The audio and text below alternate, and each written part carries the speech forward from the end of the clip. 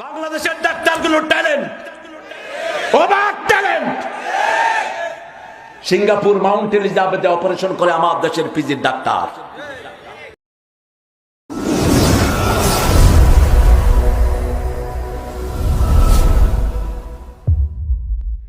Rashid Ahmed নিউরোলজির chairman ছিলেন, ভালো চিনি আমি। ব্রাহ্মণবাড়িয়ার মানুষ, খাস ব্রাহ্মণবাড়িয়ার ভাষায় কথা বলে। হাইসুনি হাইসুনি কুম্বালাইছো, হাইছো কুম্বালাইছো। নিউরোলজির কোন অপারেশন যখন হবে, তিনি আসরের পরে অপারেশন করেন। আসরের নামাজের পরে হাত তুলে আল্লাহর কাছে বসে থাকেন। ডাক্তাররা তাকে ডিস্টার্ব করে না, যতক্ষণ খুশি তিনি আল্লাহর কাছে হাত তুলে বসে থাকে। আমাদের দেশের পয়সাওয়ালা এক পরিবারের রোগীর অপারেশন হওয়ার কথা দেখে যে অপারেশন টাইম দিয়েছে 4:30টায়, ডাক্তার ওটিতে এখনো আসেনি, 4:45 বাজে। জিদ করে পিজি থেকে রোগী বের করে চার্টার প্লেন 16 লাখ টাকা শুধু প্লেন ভাড়া দিয়ে সিঙ্গাপুরে নিয়ে যায়। গিয়ে দেখেন সিঙ্গাপুরে অপারেশনের যিনি অপারেশনের মূল নায়ক, তিনি হলেন এই রশিদ সাহেব। বাংলাদেশের ডাক্তারগুলোর ট্যালেন্ট, অবাক ট্যালেন্ট। সিঙ্গাপুর মাউন্ট এলিজাবেথে অপারেশন করে আমার দেশের পিজির ডাক্তার। রশিদ সাহেব গিয়ে রোগী দেখে চিনলেন, চিনে বললেন, আসেন রোগীর কে আছেন, আসেন। পয়সা বেশি হয়েছে, হালাল পথে কামাই করলে এত তাড়াতাড়ি খরচ করতে পারতেন না। একটু ধৈর্য ধরলে কি হতো, আমি তো আমার আল্লাহর কাছে রোগীর জন্য দরখাস্ত করছিলাম। আসরের পরে আল্লাহর কাছে দাওয়াত কবুল হয়। সারাদিনের ফেরেশতারা আসরের সময় আল্লাহর কাছে দাওয়াত নিয়ে পৌঁছে যায়। এজন্য যারা আসরের নামাজ পড়ে আর ফজর পড়ে, ফেরেশতারা রিপোর্ট করে 24 ঘন্টাই আপনার এই মুসল্লি নামাজে দাঁড়িয়ে থাকে। আর আমার আল্লাহ এজন্য বলেছেন, নবী আপনি বলেন, মান সাল্লাল বারদাইন দাখালাল জান্নাহ, যে আসর আর ফজর পড়বে সে জান্নাতি। মান সাল্লাল বারদান লাইয়ুল জান্নাত, যে আসর আর পড়বে, ফজর এবং আসর যে পড়বে, মান সাল্লা কাবলা তুলুই শামস ওয়া কাবলা গুরুবিহা লাইয়ুল জান্নাত, যে সূর্য ডুবার আগে, সূর্য উদয়ের আগে নামাজ পড়বে, আগুন কখনো তাকে স্পর্শ করবে না। প্রথম দোয়া করছেন, আল্লাহ আমার ছেলেকে নামাজ কায়েমকারী বানান। আল্লাহু আকবার। আজকে যদি আমার দেশের সবগুলো ছেলেকে শুধু নামাজ শিক্ষা দেয়া হতো, কোন ইফতিজিং থাকতো? নামাজ 5 ওয়াক্ত পড়লি তো সময় কইয়া। স্কুল যখন ছুটি হয় তখন যদি সে নামাজে থাকতো, এটা তো তার মনেই আসতো না, ঠিক কিনা? এখন নামাজ নাই, রোজাও নাই, সারাক্ষণ খালিয়ে থাকে। স্কুলের মেয়েরা কখন বের হবে? একটা চিরকুট নিয়ে, ভালোবাসা মোরে ভিখারি করেছে, তোমারে করেছে রানী, আমি হতে চাই তোমার চাকরানি।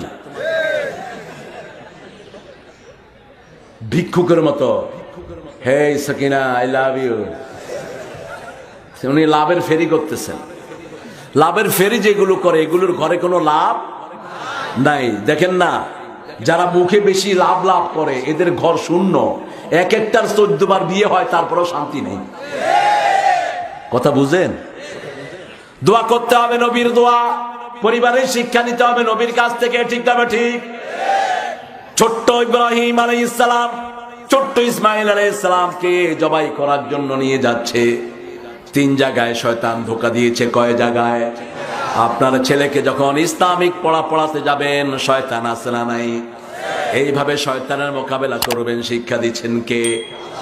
যখনই মনে আসবে শয়তান ধোঁকা দিচ্ছে, আত্মীয় স্বজন এসে বলবে, মোল্লা পড়াস কেন? তোর ছেলেকে হেফজ বানাবি, ভিক্ষা করবে। কোন হাফেজ ভিক্ষা করে না, কোন আলেম ভিক্ষা করে না। ভিক্ষুক তো আপনারা বানিয়েছেন। ব্রিটিশ বানিয়ারা মাদ্রাসাগুলোকে ভিক্ষার থলি হাতে দিয়েছে।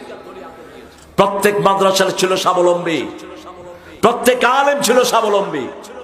এই আলেমরা যেন স্বাবলম্বী থাকতে না পারে, মাদ্রাসাগুলোর সব জমি রাষ্ট্রের আন্ডারে নিয়ে মাদ্রাসাগুলোকে, মসজিদগুলোকে ভিক্ষুক বানিয়ে দিয়েছে।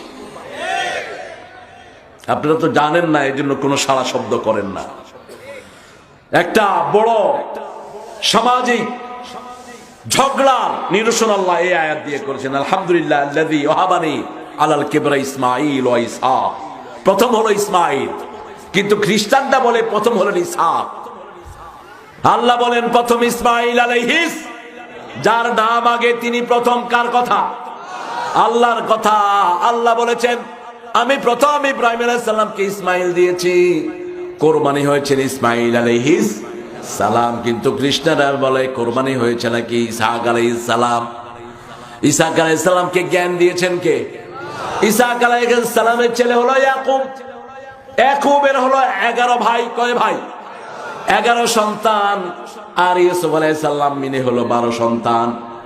এই 12 সন্তান হলো বনি ইসরাইল। আল্লাহু আকবার। কি সুন্দর করে আল্লাহ সাজিয়ে দিয়েছেন।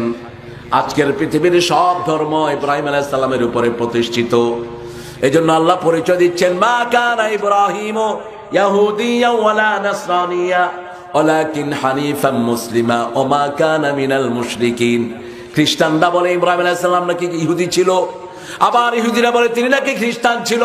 খ্রিস্টানরা বলে খ্রিস্টান ছিল। আল্লাহ বলেন না, আমার ইব্রাহিম ছিলেন একনিষ্ঠ একজন মুসলমান।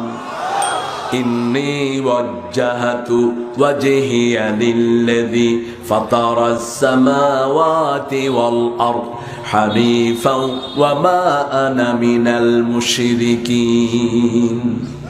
কোন সময়ে জবাব দিলেন? সূরা আরাফের ভিতরে আল্লাহ ঘটনা উল্লেখ করলেন ফালাম্মা জান্না আলাইহিল লাইলু রাআ কাওকাবান ক্বালা হাযা রাব্বি ফালাম্মা আফলা ক্বালা লা উহিব্বুল আফিলিন। কষ্ট হচ্ছে? সারা থাকবেন? একটু জোরে আল্লাহু আকবার বলেন তো। হইছে? হইছে? জোরে বলছে? খুশি? কেন খুশি না হলে তো ভোট দিবেন না কেন? আপনাদের পক্ষে তো কথা বলব। আমি তো ভালো করে শুনিনি, একটু আরেকটু বলেন তো আল্লাহু আকবার। আল্লাহর মেলা গেলে কি শুনবেন? শুধু ধোঁয়া, গাঁজা ধোঁয়া, গাঁজা ধোঁয়া দাড়ির ভিতর থেকে বেরোচ্ছে। একটা নেতে যেমন তেমন, দুইটা নেতে রাজা। বুঝেন না? টানে কি? আমি দেখতে গেছিলাম একবার, আমার আকল হয়ে গেছে। কাশতে কাশতে বেরিয়ে আসছে। উপরে যাদের ধোঁয়া থাকে কবরের ভিতরে আল্লাহ ধোঁয়া দিবেন। যারা এই পৃথিবীতে অন্ধ থাকে কিয়ামতে তাদেরকে অন্ধ করে তুলবেন কে? মান কানা ফি হাযিহি দুনিয়া আমা ওয়া হুয়া ফিল আখিরাতি আমা ওয়া আদাল্লা সাবিলা। আল্লাহ বলছেন দুনিয়াতে যে অন্ধ থাকে, আমার আইন দেখে না, আমার কোরআন দেখে না, কিয়ামতের ময়দানে আমি তাকে গোমরা করে অন্ধ তুলে দেব। কার কথা? আল্লাহর কথা। সে আল্লাহ জাল্লা শানু বলছেন আমি আমার ইব্রাহিম আলাইহিস সালামকে বৃদ্ধ বয়সে ইসমাঈল ইসহাককে দিয়েছি। ইন্না রাব্বি সামিউদ দুআ। সব দোয়া শুনেন কে? কেউ ফিরে না খালি হাতে। ল্যাংটা বাবার দরবারেতে তোর ইমান শেষ। এটাকে নদীতে চুবায়া দেন, এই সেন্টেন্স খাজা বাবা নদীতে শেষ, নদীতে নিক্ষেপ করে দেন।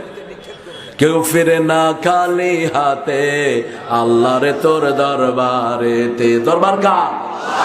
আমার নবী বলছেন সহিহ হাদিস, যখনই যে হাত পাতে আল্লাহ তার হাত কখনো খালি ফিরায় না। যে কোনো ভাবে হাত পাতেন, হাত ভরে দিবেন কে?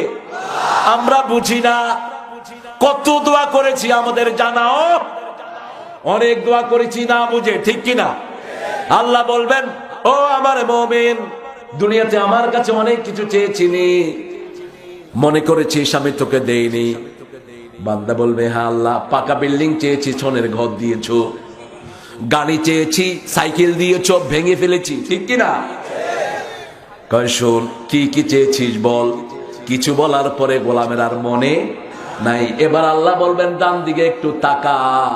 গোলাম দেখবে অবুঝ অবস্থায় মৃত্যুর আগ পর্যন্ত যা চেয়েছে সব আল্লাহ জান্নাতে সাজিয়ে রেখেছে।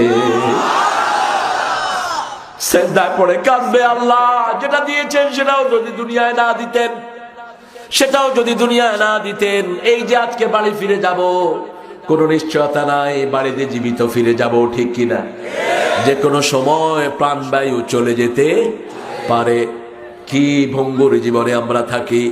दो पल के लिए मेहमान हाँ मालूम नहीं मंजिल कहाँ।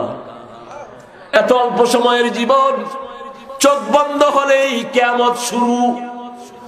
যখনই মানুষ মারা যায় কাদ কামাত কিয়ামাতু, যখনই মানুষ মারা যায় তার কিয়ামত শুরু হয়ে যায়। কত হিসাব করেছেন। এই জন্য সাইয়েদনা ওমর ফারুক কাঁদতেন আর বলতেন, হাসিবু কাবলা আন তুহাসাবু, আল্লাহর কাছে হিসাব দেওয়ার আগে নিজের হিসাবটা নিজে করে নাও। চোখ বন্ধ করে হিসাব করেন, আজকে যদি ওপরে চলে যায় আল্লাহর কাছে কি নিয়ে দাঁড়াবো, কি নিয়ে যাবো। ইয়াকুমুন নাসু লিরাব্বিল আলামিন, প্রত্যেকটি মানুষকে কার কাছে দাঁড়াতে হবে? আল্লাহর কাছে দাঁড়াতে হবে। সাইয়েদনা ইব্রাহিম আলাইহিস সালাম নিজের ছেলেকে শিক্ষা দিলেন নামাজ। এই নামাজের ভিতরে সব রেখে দিয়েছেন কে? কি নামাজ? আমরা তো নামাজ পারি না অধিকাংশ মানুষ। আমার রাসূল সাল্লাল্লাহু আলাইহি ওয়াসাল্লাম বললেন, ছোটবেলা থেকে নিয়ে 7 বছর বয়স থেকে তাকে নামাজ শিক্ষা দাও। দুইজনকে আল্লাহর নবী নিজ হাতে নামাজ শিক্ষা দিয়েছেন। দুইজনে দুনিয়া থাকতে জান্নাতের ইমাম হয়ে গেছে। একজনের নাম হাসান, আরেকজনের নাম, বাকি সব সাহাবীদেরকে নামাজ শিক্ষা দিয়েছেন মুহাম্মদ সাল্লাল্লাহু। কিন্তু এই দুইজন কোলে কাকে করে শিখেছেন? আপনার ছেলেকে নিয়ে মসজিদে যান, আপনার ছেলেকে দোয়া শিখান, যেন আপনার জন্য দোয়া করে, রাব্বিরহামহুমা কামা রাব্বায়ানি সগীরা।